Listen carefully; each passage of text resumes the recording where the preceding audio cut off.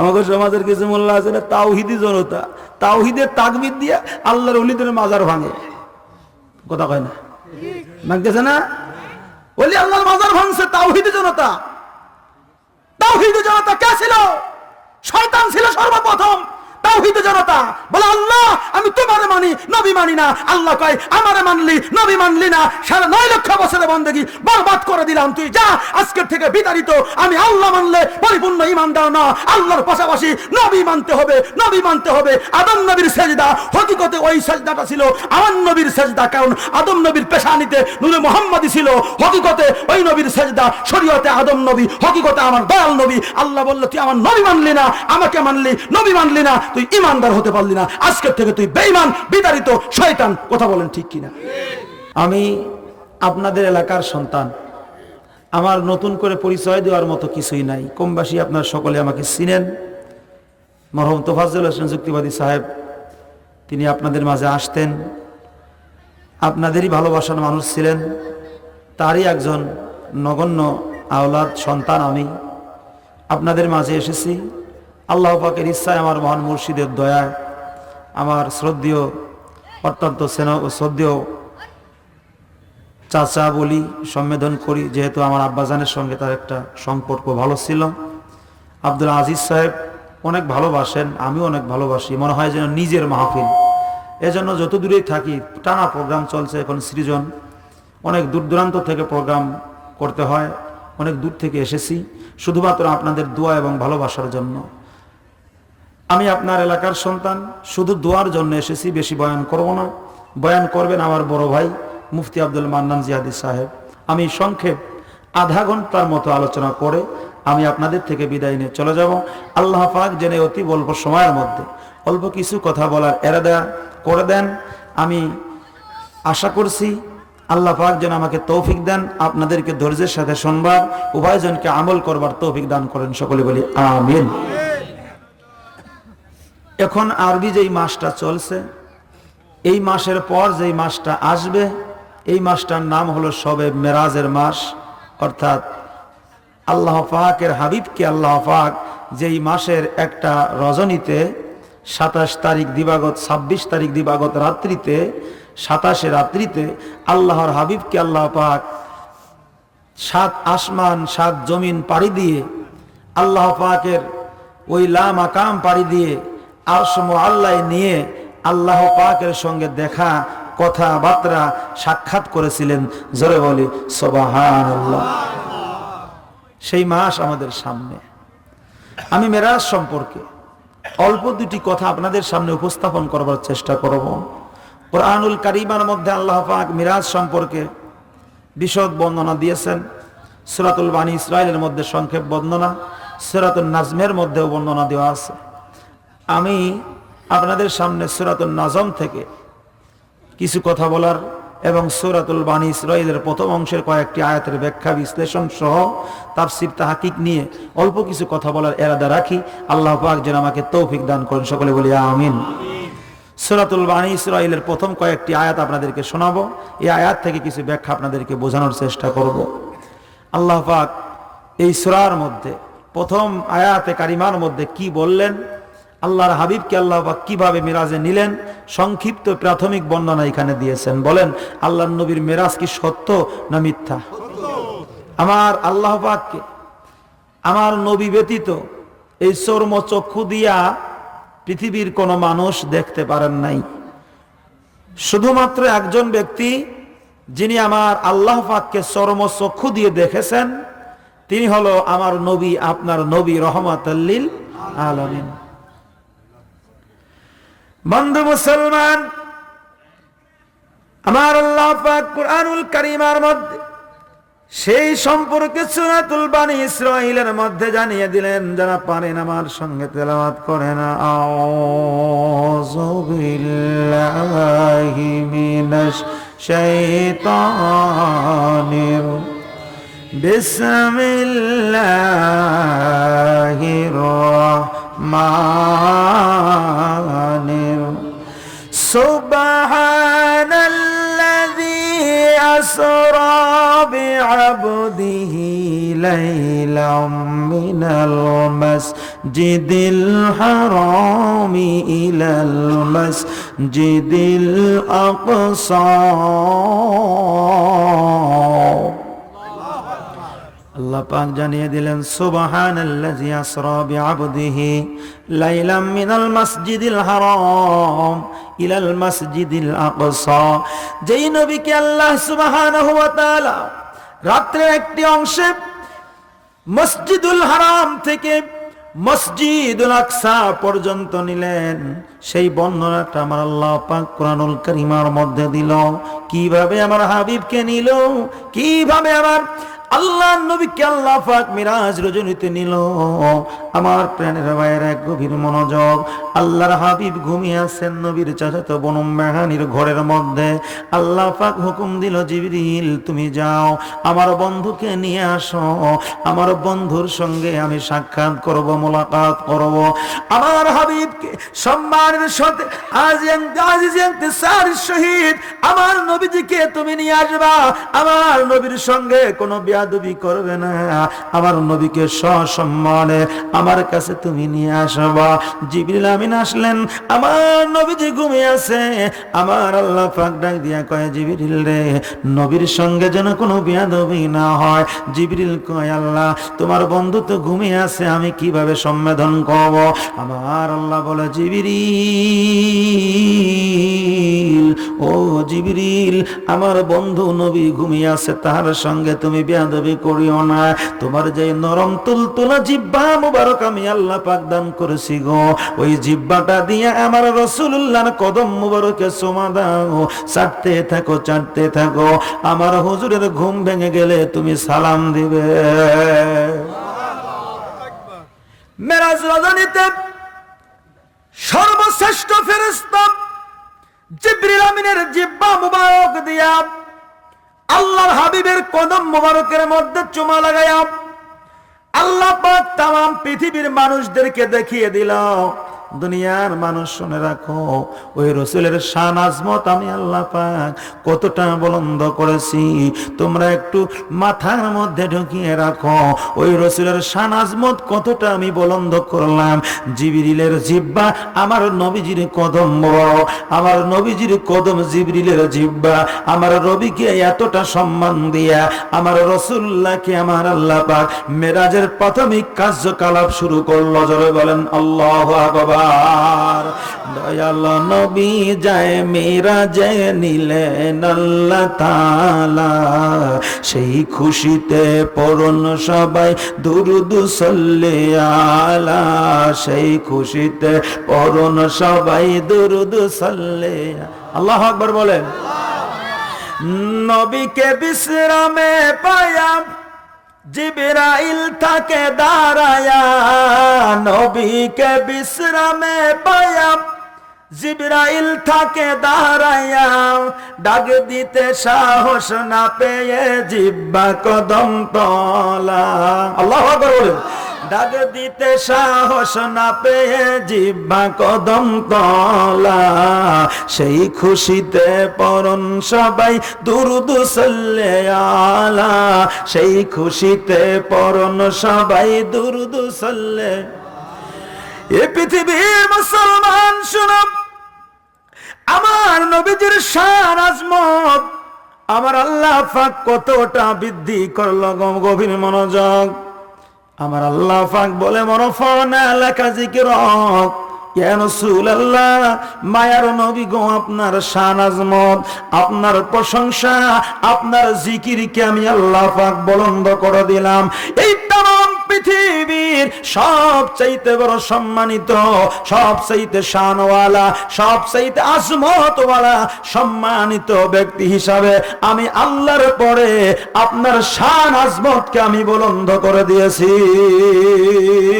যেখানে আমি আল্লাহ সেখানে আপনি নবী, যেখানে আপনি নবী সেখানে আমি আল্লাহ, আমি আল্লাহ আছি যেখানে আপনি নবী আছেন সেখানে, আপনি নবী নাই যেখানে আমি আল্লাহ নাই সেখানে। সুবহানাল্লাহ কবেন না? এই কিতাবটার নাম হলো জালাউল আফহাম। কি কিতাব? আমার ছোট ভাই অনেক দলিল দিয়েছে, আমি আপনাদেরকে একটা দলিল উপস্থাপন করি এখান থেকে, যেহেতু কিতাবটা সামনে আছে। জালাউল আফহাম কি কিতাব লিখেছেন? আল্লামা ইবনে কাইয়ুম আজ-জাওজিয়া, যিনি বর্তমান সমাজে যারা আমার নবীকে মেরে ফেলছে, আচ্ছা বলেন আমার নবী কি মরা নবী না জিন্দা নবী? সবাই বলবেন। বিশ্বাস আছে আপনাদের? মাশাআল্লাহ। এই কিতাবেরই একটা দলিল ছোট ভাই দিয়েছেন, ইন্নাল্লাহ তাআলা হাররামা আলাল আরদি আন তাকুল আজসাদাল আম্বিয়া, সমস্ত আম্বিয়াগণের দেহ মোবারক ভক্ষণ করা মাটির জন্য আল্লাহ পাক হারাম করে দিয়েছেন। ফানাবিয়ুল্লাহ হাইয়ুন, সমস্ত নবীগণ কবরের মধ্যে জিন্দা, ওর রিজকুন, তারা কবরের মধ্যে রিজিক প্রাপ্ত, ওয়ুরজাকুন, তারা কবরের মধ্যে রিজিক প্রাপ্ত। আল্লাহ পাক তাদেরকে জান্নাতি খানা খাওয়ায়। অন্য রায়াতে এসেছে সমস্ত নবীরা কবরের মধ্যে আল-আম্বিয়া ওয়াল আউলিয়া ইউসাল্লুনা ফি কুবুরিহিম কামা ইউসাল্লুনা ফি বুয়ুতিহিম, সমস্ত নবীরা কবরের মধ্যে সালাত পড়ে, নামাজ পড়ে, যেমন ভাবে তারা দুনিয়ার মসজিদে হুজরার মধ্যে নামাজ পড়তো, কবরের মধ্যে সমস্ত নবীগণেরাও দাঁড়িয়ে দাঁড়িয়ে নামাজ পড়ে। তাহলে কি নবী কি মরা নবী না জিন্দা নবী? কয়েকদিন আগে আমি একটা ইউটিউবের মধ্যে একটা ভিডিও দেখলাম, এক আহলে খবিস মসজিদের মধ্যে ঢোকার পরে নতুন একটা মসজিদ, নাম দিছে আহলে হাদিস জামে মসজিদ। কি নাম? পোলাভান কয়, মুরব্বীরা কয় না। এই মসজিদের মধ্যে শুধু লা ইলাহা ইল্লাল্লাহ লেখা। আমার কথা খেয়াল করেন, শুধু লা ইলাহা ইল্লাল্লাহ। উনি বলতেছে আমি আজকে বড় খুশি হলাম, কারণ এই মসজিদের মধ্যে বেদাতি শব্দ নাই, সেরেকি শব্দ নাই। বেদাতি আর সেরেকি শব্দ কি? উনি বলতেছেন এই মসজিদের মধ্যে লা ইলাহা ইল্লাল্লাহর পরে মুহাম্মাদুর রাসূলুল্লাহ নাই। এবং তিনি বলতেছেন আমাদের দেশের মধ্যে কিছু মসজিদের মধ্যে এক পাশে আল্লাহ আর এক পাশে মুহাম্মাদুর রাসূলুল্লাহর নাম আছে না নাই? বলে এই নামটা শিরক হয়, এই নামটা এই মসজিদে নাই। আলহামদুলিল্লাহ, আমার খুব ভালো লেগেছে। আচ্ছা বলেন ওটা কি বক্তা না তক্তা? বক্তা। তক্তা কি খালি তক্তা না জাহান্নামের তক্তা? আল্লাহর পুরো নবীর নাম, যেখানে আল্লাহ সেখানে নবী, যেখানে আল্লাহ সেখানে নবী। ওয়ারাফা'না লাকা যিকরাক ইযা যুকিরতু যুকিরতা মাই, যেখানে আল্লাহর নাম সেখানে নবীর নাম। জোরে বলি সুবহানাল্লাহ। আল্লাহর পরে কার নাম? কালেমার মধ্যে আল্লাহর নাম আছে, নবীর নাম। আজানের মধ্যে আল্লাহর নাম আছে, নবীর নাম। ইকামতে আছে আল্লাহর নাম আছে, নবীর নাম। নামাজের মধ্যে আল্লাহর নাম আছে, নবীর সালাম। নামাজ আল্লাহর, সালাম নেই না আল্লাহ পাকে, ওয়াজিব হলো সালাম দিবা নবীজিকে। সুবহানাল্লাহ বলো। আমি বেশি লম্বা করছি না। কিতাবটার নাম কি বললাম? জালাউল আফহাম, আল্লামা ইবনে কাইয়ুম আজ-জাওজিয়ার লেখক। যারা বলতেছে নবী মরে গেছে, এরপরে তারাবির নামাজ 20 রাকাত থেকে 8 রাকাত বানাইছে। কয় রাকাত? 20 রাকাতের কাইটে 8 রাকাত বানাইছে। এরপরে মিলাদ পড়ার দরকার নাই, জানাজার পরে দোয়া নাই, নফল বন্দেগী নাই, এটা নাই সেটা নাই, নাই করতে করতে মুসলমানদের সমাজ থেকে অধিকাংশই নাই করে দিছে। কথা ঠিক কিনা? আমি চিন্তা করতেছি এই সমস্ত মৌলবী আবার কবে না জানি ফতোয়া দেয় শীতের সময় ফজরের নামাজও নাই। এদের কাজ হলে শুধু কাটা। কাজ কি? নাপিতের কাজ কি জানো? কাটি কেটে কি করে? ছোট করে। এই সমস্ত মোল্লাগর নাম আমি দিছি নাপিত মার্কা মোল্লা। কেন দিছি? কারণ এক বেটায় যেহেতু যুক্তিবাদী নাম, তো একটা যুক্তি দিবনি, তারপর হাদিসটা বলি নাকি? বেজার হচ্ছেন নাকি আপনারা? হ্যাঁ, তো একটা যুক্তি দিয়ে আলোচনা শুরু করে হাদিসটা বলবো ইনশাল্লাহ। এক বেটা একটা প্যান্ট কিনছে। কি কিনছে? এই প্যান্টটা 4 আঙুল বড় হয়েছে। বিবির কাছে যায়, কয় বিবি গো, বাজার থেকে একটা প্যান্ট কিনছি গো, প্যান্টটা 4 আঙুল বড়, তুমি একটু প্যান্ডারে কাইটা একটু সেলাই করে দাও। বিবি কয়, ও আমার স্বামী গো, আমি চোখি দেখি কম, বুড়া মানুষ, আমি কিভাবে প্যান্ট কাটবো? তোমার জীবন মধ্য ভিটার বউ, তার কাছে নিয়ে যাও। বড়জনের কাছে গেছে, বড়জন কয়, ও আব্বা, আমার তো অনেক ব্যস্ততা, সংসারের অনেক কাজ কাম, আমার তো সময় নাই। মাইজেনজনের কাছে যান। মেজর ভিটার বউর কাছে গেছে, মাইজেনজন কয়, আব্বা গো, আমি হলাম সংসারের সেক্রেটারি, আমার তো আরো ঝামেলা, সময় তো নাই। ছোটজনের কাছে গেছে, ছোটজন কয়, আব্বা গো, কি কন, সংসারের যাবতীয় ঝামেলায় আমার উপর আমার সময় কো। বেড়াই রাগ করে প্যান্ডারে রেখে দিছে। বিবি চিন্তা করলাম, এত বছর যাবৎ স্বামীর ঘর করলাম, আজকে একটা কথা বললাম আমি রাখতে পারলাম না, কষ্ট হোক যাই হোক কাজটা একটু করে রাখি। সুবহানাল্লাহ। বেটি 4 আঙুল কাটিয়া সেলাই করে রাখছে। এখন বড় বিটার বউ চিন্তা করছে যে আব্বা একটা কথা বললে রাখতে পারলাম না, উনি যায় প্যান্ডার 4 আঙুল কাটিয়ে সেলাই করে দিচ্ছে। এখন মাইজেনজন চিন্তা করলো, আহা সময় গেল গা, আব্বা একটা কথা বলে রাখতেই পারলাম না, যাক রাত হোক যাই হোক, উনিও যায় 4 আঙুল কাটিয়ে সেলাই করে দিচ্ছে। ছোট বিটার বউ চিন্তা করলো, সব সবাই পাইলো, আমি কিছুই পেলাম না, উনি যায় 4 আঙুল কাটিয়ে সেলাই করে দিয়েছে। এক প্যান যদি 4 আঙুল করে কাটে, ওইটা কি ফুল প্যান থাকে না হাফ প্যান হয়? কথা কোন কি প্যান? এখন এই বেটা সকালবেলা যখন প্যান পড়তে গেছে রে, দেখে প্যানের ফুল প্যান নেই, প্যান হয়ে গেছে হাফ প্যান।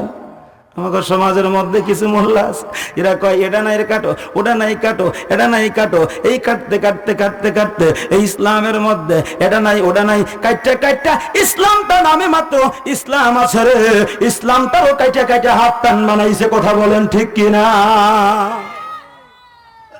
এটা বলে একটু দাও, হালকা একটু দাও, একেবারেই করেছে।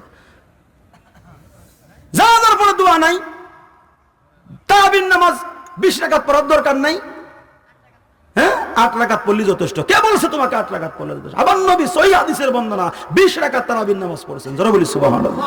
আপনারা কয় রাকাত পড়েন? 20 রাকাত। তবে জামাতে পড়ে নাই।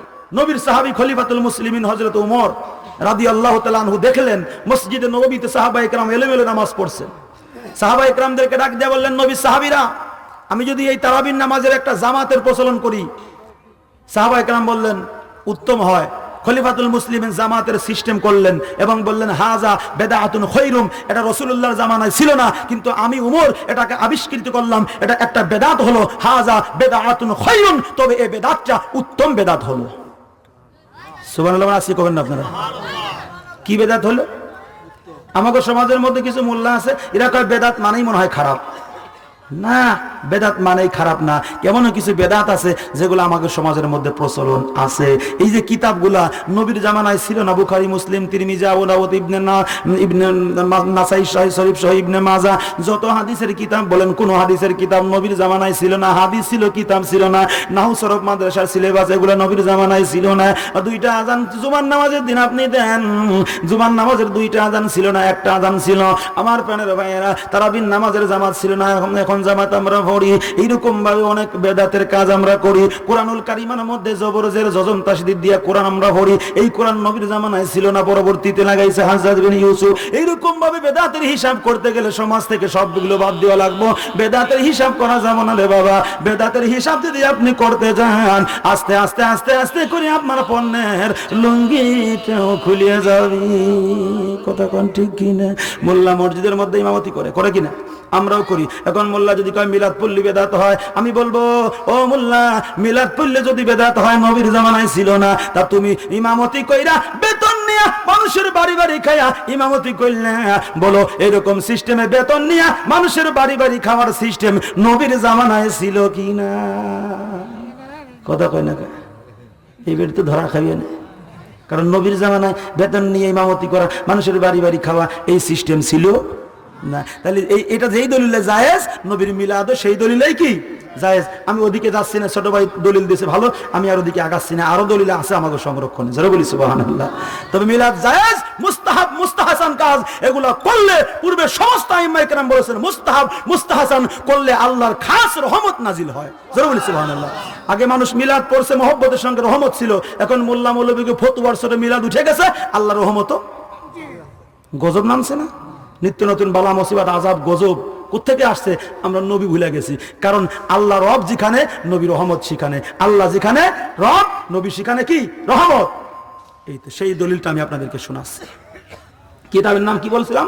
জালাউল আফহাম, আল্লামা ইবনে কাইয়্যিম আয-জাওজিয়া। قال ابن عباس رضي الله تعالى عنهما إذا ذكرت ذكرت معي فيقال لا إله إلا الله محمد رسول الله صلى الله عليه وسلم في كلمات الإسلام سبحان الله বলেন। ورفعنا لك ذكرك, এই আয়াতের ব্যাখ্যায় এই হাদিসটি এসেছে ইবনে আব্বাস রাদিয়াল্লাহু তাআলা আনহু থেকে বর্ণিত। জোরে বলি সুবহানাল্লাহ। তিনি কি বলতেছেন? ইজা যুকিরতু যুকিরতা মাই, যেখানে আল্লাহর জিকির, ইজা যুকিরতু যুকিরতা মাই, যেখানে আল্লাহর জিকির সেখানে আপনি নবীর জিকির। সুবহানাল্লাহ। জোরে বলেন সুবহানাল্লাহ। এরপরে বলতেছেন ফায়ুকালু লা ইলাহা ইল্লাল্লাহু মুহাম্মাদুর রাসূলুল্লাহ, এই অংশটা ফি কালিমাতিল ইসলাম, এটা ইসলামের কালেমা। আর একটু জোরে বলেন সুবহানাল্লাহ। আচ্ছা, এই হাদিসে কি শুধু লা ইলাহা ইল্লাল্লাহ নাকি মুহাম্মাদুর রাসূলুল্লাহ আছে? এখন যেই মোল্লা বলবে ইসলামের কালেমা শুধু লা ইলাহা ইল্লাল্লাহ, এই ওই মোল্লার কথা মানা যাব? এই মোল্লা অর্ধেক ইমানদার, পরিপূর্ণ ইমানদার না। কথা কন না কা? পরিপূর্ণতা অর্জন করতে হলে তাওহীদের পাশাপাশি রিসালাত লাগবে। তাওহীদ এবং রিসালাতের সমন্বয়ে ঈমানের আলো এই কলবের মধ্যে জ্বলবে। যারা বলি সুবহানাল্লাহ। এই যে বৈদ্যুতিক লাইট জ্বলছে না, নেগেটিভ আর পজিটিভ দুইটা সংযোগ। কয়টা সংযোগ? দুইটা। আপনি যদি দুইটা সংযোগ না দেন, শুধু একটা দেন, নেগেটিভ পজিটিভ দেন নাই, বাতি জ্বলবে? জ্বলবে না রে, জ্বলবে না। আপনি দুইটা সংযোগ দিতে হবে। এই কলবের মধ্যে ইমানের আলো জ্বালাইতে হলে, ইমানের লাইট জ্বালাইতে হলে আপনারও তার লাগবে দুইটা। একটা হলো তাওহীদের তার, আরেকটা হলো রিসালাতের তার। একটা হলো আল্লাহ, আরেকটা হলো নবী। কেউ যদি আল্লাহ মানে, নবী না মানে, ইমানদার হবে? যারা হবে।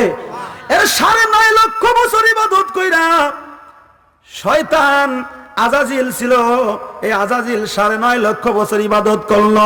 একটা বিয়াদবি করার কারণে আল্লাহ পাক তাকে শয়তান বানায়া দিল, বিতাড়িত করে দিল। এই শয়তান বানায়া দিল। ও আজাজিল কয়, আল্লাহ আমি আদম বানাইছি মাটি দিয়ে কাটাছিনে, ওই আদমের সেজদা আমি করতে পারতাম না। ও আল্লাহ, আমি আদমের সেজদা করতাম না। আল্লাহ, আমি তোমারে মানি, তোমার সেজদা করব, নবীর সেজদা করব না। আল্লাহ, আমি তাওহীদ মানি, রিসালাত মানি না। বুঝছেন? আমাদের সমাজের কিছু মোল্লা আছে না, তাওহীদি জনতা, তাওহীদের তাকবীর দিয়ে আল্লাহর ওলিদের মাজার ভাঙে। কথা কয় না? ভাঙতেছে না? ওলি আল্লাহর মাজার ভাঙছে তাওহীদি জনতা। তাওহীদি জনতা কে ছিল? শয়তান ছিল সর্বপ্রথম। তাওহীদি জনতা বলে, আল্লাহ আমি তোমারে মানি, নবী মানি না। আল্লাহ কয়, আমারে মানলি, নবী মানলি না, 9.5 লক্ষ বছরের বন্দেগী বরবাদ করে দিলাম। তুই যা, আজকের থেকে বিতাড়িত। আমি আল্লাহ মানলে পরিপূর্ণ ঈমানদার না, আল্লাহর পাশাপাশি নবী মানতে হবে, নবী মানতে হবে। আদম নবীর সেজদা হকিকতে ওই সেজদাটা ছিল আমার নবীর সেজদা, কারণ আদম নবীর পেশানিতে নূরে মুহাম্মাদি ছিল। হকিকতে ওই নবীর সেজদা, শরীয়তে আদম নবী, হকিকতে আমার দয়াল নবী। আল্লাহ বলল, তুই আমার নবী মানলি না, আমাকে মানলি, নবী মানলি না, তুই ঈমানদার হতে পারলি না। আজকের থেকে তুই বেঈমান, বিতাড়িত, শয়তান। কথা বলেন ঠিক কিনা? আমরা খালি আল্লাহ মানলে হব? নবী মানতে হবে না?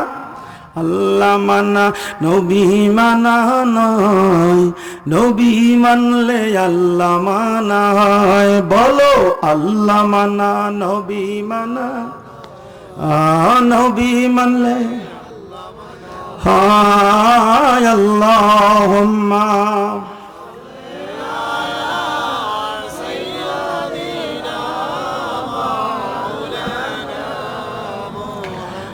وعلى آل سيدنا।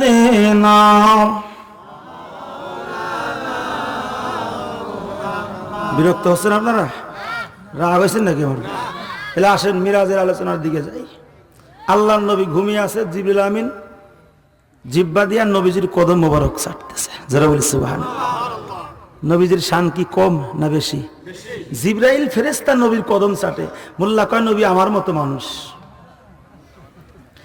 আমার নবীজিকে নিয়ে জিবরিল আমিন রওনা হয়ে গেল। লম্বা ইতিহাস সংক্ষেপ করেছি বাবা, গভীর মনোযোগ। সিদরাতুল মুনতাহায় গিয়া জিবরাইল বলে ডাকিয়া, সিদরাতুল মুনতাহায় গিয়া জিবরাইল বলে ডাকিয়া, সামনে যেতে পারবো না আর ওগো নূর আল্লাহ। আল্লাহু আকবার।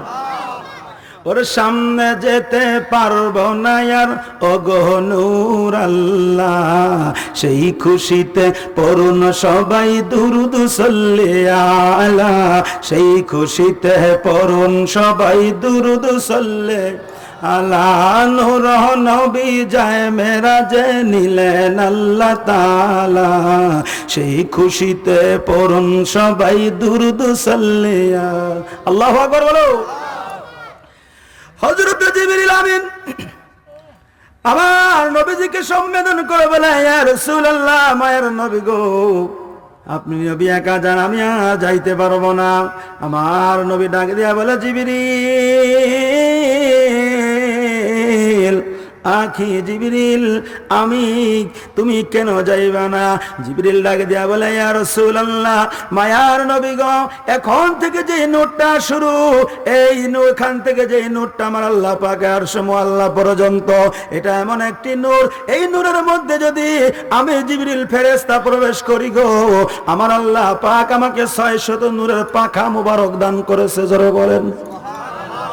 600 নূরের পাখা। আমি আমার আল্লাহর নূরের তাজাল্লিতে আমার সমস্ত পাখাগুলো জ্বলে পুড়ে ছারখার হয়ে যাবে। ইয়া রাসূলুল্লাহ, মায়ার নবী গো, আমি আর যাইতে পারবো না। আমার নবী ডাক দিয়া বলে, আখি জিবরাইল, তুমি যাইতে পারবা না, আমার কি হবে? আমার নবী তো জানে, তারপরেও জিগায় আমার কোনো ক্ষতি হবে নি। জিবরিল ডাক দিয়া কয়, ইয়া রাসূলুল্লাহ, মায়ার নবী গো, এই নূরের মধ্যে আপনি যদি যান আপনার কোনো ক্ষতি হবে না। কারণ হলো এই যে এখান থেকে যে নূরটা সরো, এই নূরের মধ্যে প্রবেশ করলে ওই নূর আপনাকে কোনো ক্ষতি করতে পারবে না। কারণ হলো আপনি নবীর নূর মুবারক দিয়া এই সিদরাতুল মুনতাহার নূর আমার আল্লাহ পাক তৈরি করেছেন। মোল্লারা মিরাজের আলোচনা করে না, কারণ হলো মিরাজের আলোচনা যদি করা যায়, আমার নবী যে নূরের নবী এইটা প্রমাণ হয়ে যায়।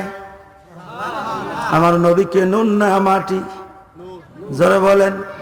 এর যদি মাটি হইতো ওই নূরের মধ্যে প্রবেশ করতে পারতো না। আমার নবী ওই নূর ভেদ করে আরশে আজিম চলে গেল।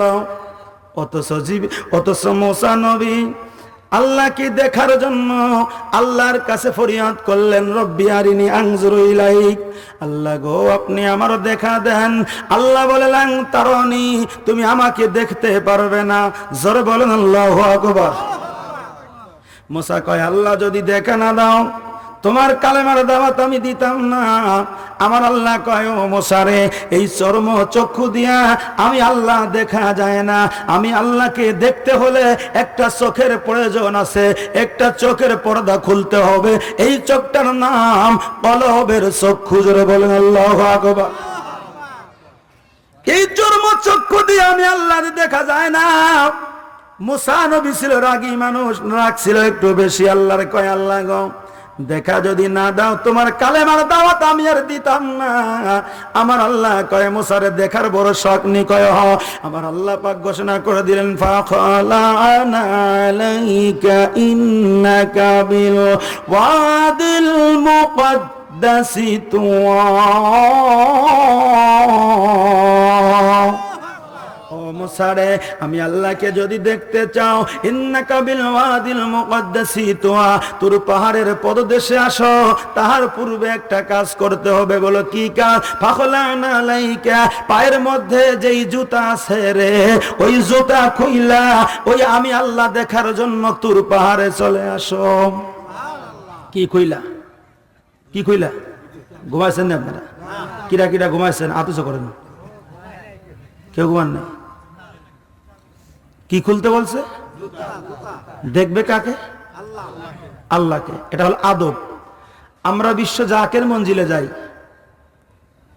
পীরের দপ্তরে আমরা জুতা খুলে যাই, এটা হলো আদব। কেননা পীর হলো আল্লাহ দেখার আয়না।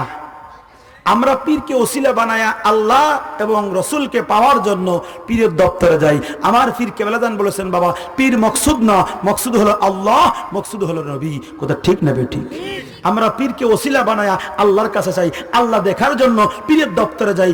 এজন্য আমরা জুতা খুলে যাই। জোরে বলেন সুবহানাল্লাহ। আল্লাহ পাক দেখার জন্য মুসা নবী তুর পাহাড়ে গিয়েছেন, আমার আল্লাহকে জুতা খুলে আসো। এটা আল্লাহ দেখার আদব। সুবহানাল্লাহ কইতেন না? এটা আল্লাহ দেখার আদব।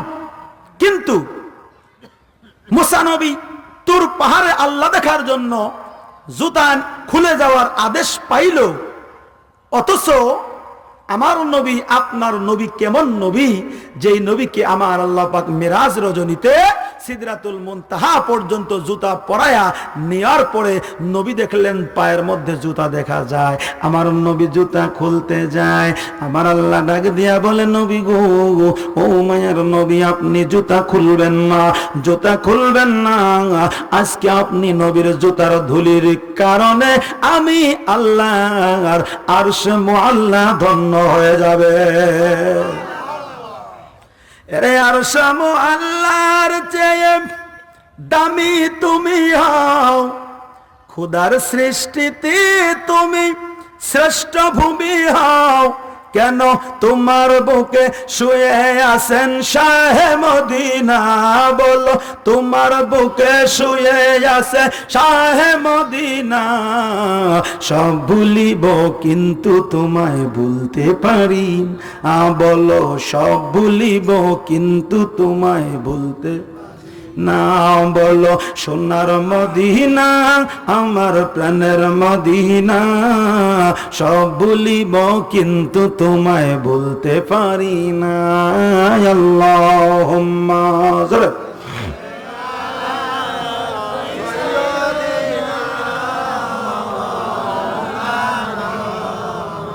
ওয়া আলা আলি সাইয়্যিদিনা। আমার মনে জল্পনা কল্পনা, নবী যাব আমি সোনার মদিনা, বলো যাব আমি সোনার মদিনা, বলো যাব আমি সোনার মদিনা। আইনা গো যাব আমি সোনার মদিনা, বলো আমার মনে জল্পনা কল্পনা, নবী যাব আমি সোনার। নবী তোমায় ভালোবাসে যারা আল্লাহর ওলি হয় গো তারা, নবী তোমায় ভালোবাসে যারা আল্লাহর ওলি হয় গো তারা। ওরে থাকে না কো চিন্তা ভাবনা, তাদের থাকে না কো চিন্তা ভাবনা। আইনা গো যাব আমি সোনার মদিনা, বলো আমার মনে জল্পনা কল্পনা, নবী যাব আমি। নবী তোমায় আমরা ভালোবাসি, মনটাই আমার বেজায় খুশি, বলো নবী তোমায় আমরা ভালোবাসি, মনটাই আমার বেজায় খুশি। এর ভালোবাসায় তৃষ্ণা মেটে না, বলো ভালোবাসায় তৃষ্ণা মেটে না। হাই না গো যাব আমি সোনার মদিনা, বলো যাব আমি সোনার না। হাই না গো যাব আমি সোনার মদিনা। লা ইলাহা ইল্লাল্লাহ, জোরে লা ইলাহা ইল্লাল্লাহ,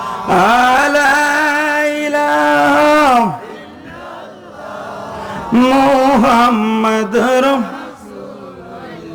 সাল্লাল্লাহু। খুশি না বেজার? রসুলের শান গাইলে ইমান বাড়বে না কমবে? রসুল্লাহর শান গাওয়া এরা সাহাবায়ে কেরামদের সুন্নত। সুবহানাল্লাহ বলুন। রসুলের একজন সাহাবী ছিলেন হাসান বিন সাবিত।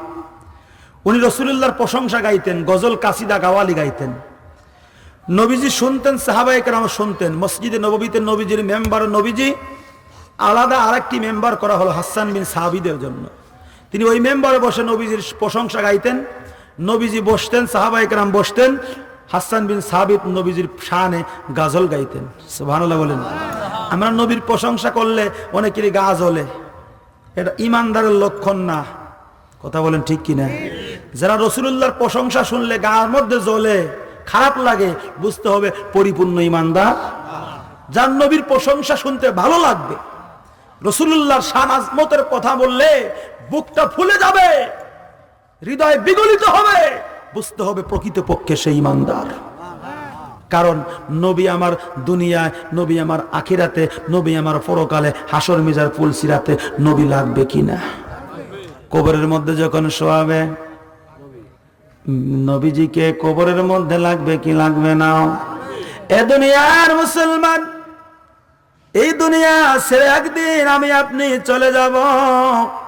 কবরের মধ্যে যখন শোয়াবে, আপনাকে আমাকে কবরে রাখার পরে মানুষেরা যখন দূর দূরান্ত চলে যাবে, কেউ কবরের খোঁজ নেবে না। কবরের মধ্যে রাখার পরে মিনহা খলাকনাকুম ওয়া ফিহা নুঈদুকুম বলে, তার পূর্বে বিসমিল্লাহি ওয়া আলা মিল্লাতি রাসূলুল্লাহ বলে কবরের মধ্যে রেখে দিবে। কথা ঠিক কি না? মিনহা খলাকনাকুম ওয়া ফিহা নুঈদুকুম বলে কবরের মধ্যে মাটি দিতে থাকবে, দিতে দিতে দিতে দিতে মনকে মন মাটি কবরের মধ্যে যখন পড়ে যাবে, আপনার কবরটা অন্ধকার হয়ে যাবে। এই অন্ধকার কবরের মধ্যে আপনার বিবি যাবে না, আপনার ছেলে যাবে না, আপনার মেয়ে যাবে না, কলিজার টুকরার সন্তান কেউ আপনার কবরে যাবে না। ওই দিন একাকী আপনার কবরের মধ্যে থাকতে হবে রে মুসলমান। ওই দিন আপনাকে একাকী ওই কবরের মধ্যে থাকতে হবে। ওরে ভাই বন্ধু আর পুত্র জনা, মরলে কেহ সঙ্গে কেউ যাবে না রে, ঠিক না বেঠি? ও সেদিন খালি হাতে একলা পথে, ও সেদিন খালি হাতে একলা পথে বিদায় করে দিবে তরি।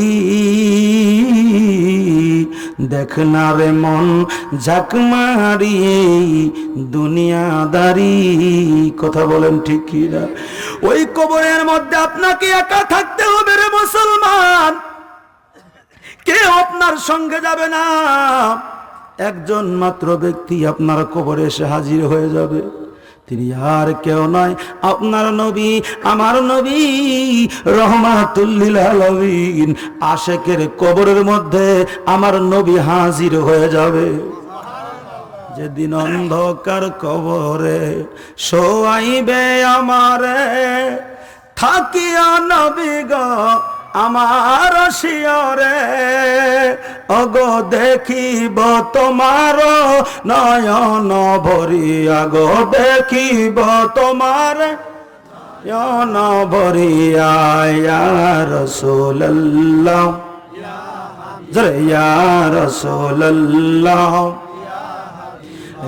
মাতা পিতা যাহাদের অন্ধকার কবরে থাকিয়া নবী গো তাহার শিয়রে, বলো মাতা পিতা যাহাদের অন্ধকার রাখিয়া নবী গো মায়ারি নজরে, আয় গায়ে রাখিও তোমারি শরণ তলাতে গো, রাখিও তোমার চরণ তলাতে। ইয়া রাসূলুল্লাহ বল্লাহ, ইয়া রাসূলুল্লাহ। এ দুনিয়ার মুসলমান শুনে রাখো, সময় বড় সংক্ষেপ, বক্তা চলে আসবে, মূল আলোচনা শেষ করতে পারলাম না, আমি আলোচনার দিকে চলে যাব, মিরাজের দিকে। এই কবরের মধ্যে যখন আপনি ঘুমাইবেন, আপনাকে যখন রাখা হবে, কবরের মধ্যে আমার নবী হাজির হয়ে যাবে। সমস্ত মানুষের কবরে আমার নবী চলে আসবে। জোরে বলেন আল্লাহু আকবার। আরে যেই কবরে নবী লাগে রে মুসলমান, ওই কবরে যদি নবী লাগে, দুনিয়ার থেকে নবীর দল করার দরকার আছে না নাই? জোরে বলেন আছে না নাই? এখন যদি দুনিয়ার থেকে নবীর বিরুদ্ধে আচরণ করো, নবীর দুশমনি করো, আমার রাসূলুল্লাহর বিরুদ্ধে যদি তুমি কথা বলো, নবীকে সাধারণ মানুষ মনে করো, নবীকে নিজের মতো মনে করো, তাহলে কবরে যায়া আমার নবীজির সুপারিশ কোশ্চিন কালেও সম্ভব হবে না। কথা ঠিক কিনা? আমার নবী কেমন নবী, আমার নবী কেমন নবী মুসলমান শুইনা রাখো। আমার নবী জুতা খুলতে যায়, আমার আল্লাহ বলে নবী গো জুতা খোলার দরকার নাই, আপনারা জুতার ধুলিতে আজকে আমি আল্লাহর রসমো আল্লাহ ধন্য হয়ে যাবে। আর যেই নবী, যেই মুসা নবী আল্লাহ দেখার জন্য তুর পাহাড়ে জুতা খুইলা যায়, আমার নবীর জুতার ধুলি তার আজিম ধন্য হয়ে যায়। যেই নবীর সঙ্গে মুসা নবীর তুলনা হয় না, ওই নবীর সঙ্গে আমাদের তুলনা চলবো কি? কথা বলেন চলবো কিনা? এই মোল্লা কানার ঘরের কানা, এরা কয় নবীও যা আমরাও তা, নবীও মানুষ আমরাও মানুষ। আমি বলবো তুই হইলো বক্তা না তুই হইলো তক্তা, বাটাম সোজা করা ছাড়া কোনো দলিল লাগবো না। কথা কন না রাখন নবীকে আমার তো وَلَئِنْ أَطَعْتُمْ بَشَرًا مِثْلَكُمْ إِنَّكُمْ إِذًا لَخَاسِرُونَ। এই আয়াত কি তোমার চোখে বাজে না? আল্লাহ বলেন না وَلَئِنْ أَطَعْتُمْ بَشَرًا مِثْلَكُمْ, ও নবী, যারা আপনি নবীকে তাদের মতো সাধারণ কোন মানুষ মনে করে গো, বাশারুম মিসলুকুম, তোমাদের মতো সাধারণ কোন মানুষ আপনি নবীকে মনে করে, ইন্নাকুম ইজাল্লা খাসিরুন, তারা মহা ক্ষতিগ্রস্ত হয়ে যাবে। দুনিয়া আখিরাত আমি আল্লাহ বরবাদ করে দিব। জবান খুলে বলা যাবে না আল্লাহু আকবার। যারা নবীকে আমাদের মতো মনে করে, তারা ক্ষতিগ্রস্ত শুধু দুনিয়ায় না, আখিরাতেও তারা পার হতে পারবে না। অর্থাৎ এই দুনিয়ার থেকে যদি নবীকে ভালো না বেসে, আল্লাহকে না দেখে তুমি কবরে যাও, তাহলে কবরে যায় আমার নবীর শাফায়াত সম্ভব হবে না, পার হওয়া সম্ভব হবে না। তাই মুসলমান দুনিয়ার থেকে নবীর দল করার দরকার আছে না নাই? আরো জোরে বলো আছে না নাই? নারে তাকবীর, নারে রিসালাত। যেখানে আল্লাহ সেখানে নবী, নারায়ে তাকবীরের পরে নারায়ে রিসালাত বলা, এটা ইমানদারের স্লোগান। যারা বলেন কাদের স্লোগান? ইমানদারের স্লোগান। কারণ ইমানদার যারা আল্লাহর পরে রসুলের শান আজমত বুলন্দ করবে, তারা লা ইলাহা ইল্লাল্লাহর পরেই মুহাম্মাদুর রাসূলুল্লাহ। যেখানে আল্লাহ সেখানে আমার নবী। যারা বলে সুবহানাল্লাহ। দরুদ শরীফ পড়েন আল্লাহুম্মা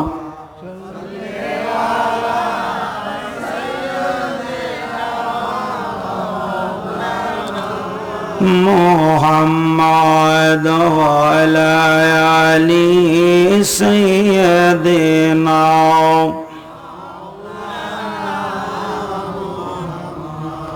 আমার নবী যে নূরের নবী, আমার মতো নয়, আমার মতো মানুষ নবী উহাবিরা কয়, আমার মতো মানুষ নবী মুনাফিকে কয়। কথা বলেন ঠিক কিনা? ওরে নবী যে নূরের নবী, আমার মতো নয়, আমার মতো মানুষ নবী মুনাফিকে কয়। কথা বলেন ঠিক কিনা? আমার নবী আপনার আমার মতো না। আমার নবী মানুষ, আমরা মানুষ, কিন্তু নবী আমার মতো মানুষ না। আমাদের প্রস্রাব খাওয়া হারাম, আমাদের প্রস্রাব খাওয়া হারাম, আমাদের পায়খানাটা দেখো দুর্গন্ধ হয়, রাসূলুল্লাহর পায়খানা দুর্গন্ধ হতো না, মাটি গ্রাস করে নিত। রাসূলুল্লাহর প্রস্রাব মোবারক দিয়া মেশক আম্বরের ঘ্রাণ কইতো, ঘাম মোবারক দিয়া মেশক আম্বরের ঘ্রাণ কইতো। আমার নবীজির দাঁত মোবারক দিয়ে নূরের ঝলমল করত। আমার নবীজি কেমন নবী, নবীজি একদিন প্রস্রাব মোবারক করলেন, এটাকে একটা পাত্রের মধ্যে রাখলেন। নবীজির একজন দাসী ছিল উম্মে আইমন, বলল এই পাত্রটা পরিষ্কার করতে। উম্মে আইমন পাত্রটা নেওয়া পরিষ্কার করার জন্য ঘর থেকে বাহির করলো। এখন পাত্রটা যেই মাত্র ধরলো, দেখলো এত সুন্দর ঘেরান, এইরকম ঘেরান জীবনে কোনোদিন আমি পাই নাই, এটা জান্নাতি কোনো খাদ্য হবে। এই উম্মে আইমন সহ্য করতে না পাইরা আল্লাহর নবীর প্রস্রাব মোবারকটা বড় দামি জান্নাতি খানা শরবত মনে কইরা উম্মে আইমন সমস্ত প্রস্রাবটুকু পান করে ফেলেছে। আরো জোরে বলেন আল্লাহর নবীর প্রস্রাব মোবারক উম্মে আইমন পান করে ফেলেছে। নবীজি ডাক দিয়া বলে, উম্মে আইমন রে, আমি তোমাকে যেটা ক্লিন করতে বললাম, পরিষ্কার করতে বললাম, করছনি? বলে, হুজুর আপনি বেয়াদবি ক্ষমা করবেন, যেই জিনিসটা পরিষ্কার করার জন্য, ক্লিন করার জন্য আপনি আমাকে নির্দেশ দিয়েছিলেন গো নবী, আমি আপনার অনুমতি ছাড়া ওই পবিত্র জিনিসটা আমি সহ্য করতে পারি না। এত সুন্দর দামি জিনিস ঘ্রাণ কয়, আমি জিনিসটা ফেলে দিব, হুজুর আপনার অনুমতি ব্যতীতই আমি পান করে ফেলেছি। কি পান করছেন? জোরে বলেন। আল্লাহর নবী ডাক দিয়ে বলে, উম্মে আইমন রে, ওটা তো সাধারণ কোনো পানি ছিল না, ওটা তো জান্নাতি কোনো খাদ্য ছিল না, ওটা তো ছিল আমি নবীর প্রস্রাব মোবারক। ও মাইমুন, কি করছো? মানুষের প্রস্রাব খাওয়া তো হারাম হয়ে যায় না সাথে গিয়ে, তুমি কেন প্রস্রাব মুবারক পান করছো? ওটা তো আমার প্রস্রাব ছিল। উম্মে আইমন বলে, হুজুর তাহলে কি বিয়াদবি হলো নি? আমার নবী উম্মে আইমনের চেহারা মুবারকের দিকে তাকাইয়া মুস্কি মুস্কি হাসিয়া উম্মে আইমনকে সুসংবাদ দিয়া দিল, ও উম্মে আইমন শোনো, এই মুহূর্তে আমার আল্লাহ জানিয়ে দিল, আমি নবীর প্রস্রাব মুবারক যে দেহের মধ্যে একটা ভার প্রবেশ করেছে গো মাইমুন, ওই দেহের জন্য আমার আল্লাহ পাক আল্লাহর জাহান্নামের আগুন হারাম করে দিয়েছে। ইয়া রাসূলুল্লাহ, ইয়া হাবিবাল্লাহ, ইয়া রাসূলুল্লাহ, যেদিন অন্ধকার কবরে শোয়াইবে আমারে, থাকি নবী গো আমার শিয়রে। ঠিক কিনা? চাই কি চাই না? বলো, যেদিন অন্ধকার কবরে শোয়াইবে আমার, থাকি নবী গো আমার শিয়রে, অগো দেখিব তোমারে শরণ ধরিয়া, গো দেখিব তোমার নয়ন ভরিয়া, ইয়া রাসূলুল্লাহ, ইয়া রাসূলুল্লাহ। এই দুনিয়ার মুসলমান সেই নবীকে আমাদের মতো মনে কইরা, সমাজের কিছু মানুষ বলে নবী জামিও তা, অতএব নবীর কেন তো মহব্বত করা লাগবো, নবীর কেন তো দুরূদ পড়া লাগবো, নবীকে কেন তো সম্মান করা লাগবো, উনি তো ওনাকে এত সম্মান তাজিম করার কোনো প্রয়োজন নাই, উনি তো আমাদের মতোই মানুষ। এই জন্য আমার নবীজিকে সাধারণ মানুষ মনে কইরা বর্তমান সমাজের কিছু ভাই সাহেবেরা আছে যারা কয় নবী আমাদের মতো বিধায়ী, ওনাকে এত দুরূদ সালাম মিলাদ কিয়ামের মাধ্যমে তাজিম করার কোনো প্রয়োজন নাই। কথা বলেন, বলে কি বলে না? আরে নবীর শান আজমত তুমি চিনলে না, নবীজির শান আজমত তুমি বুঝলা না, যার কারণে তুমি রাসূলুল্লাহর শান আজমত দিতে পারলা না। আমার নবীর শান আজমত তুমি চিন্তা, যদি আমার নবীর প্রশংসা আল্লাহ কত উঁচু করে দিয়েছে তুমি বুঝতা, আমার নবীর সঙ্গে বেয়াদবি তুমি করতে পারত না। কথা বলেন ঠিক কিনা? আমার আল্লাহ পাক কোন আমলের ক্ষেত্রে কোন বন্দেগীর আগে আমার আল্লাহ পাক বলে নাই, আমি আল্লাহ নামাজ পড়ি বান্দারে তোমরা পড়ো, আমি আল্লাহ হজ করি তোমরা তোমরা করো, আমি আল্লাহ যাকাত দেই তোমরা যাকাত দাও, আমি আল্লাহ অমুক আমল করি তোমরা অমুক আমল করো।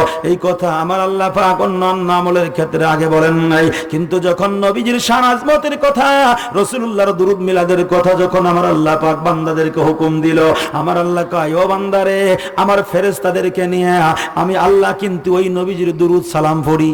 সুবহানাল্লাহ। পিছনের বাইরে কোন নাই দি কেডা পড়ে? কেডা যারা বলেন আল্লাহ।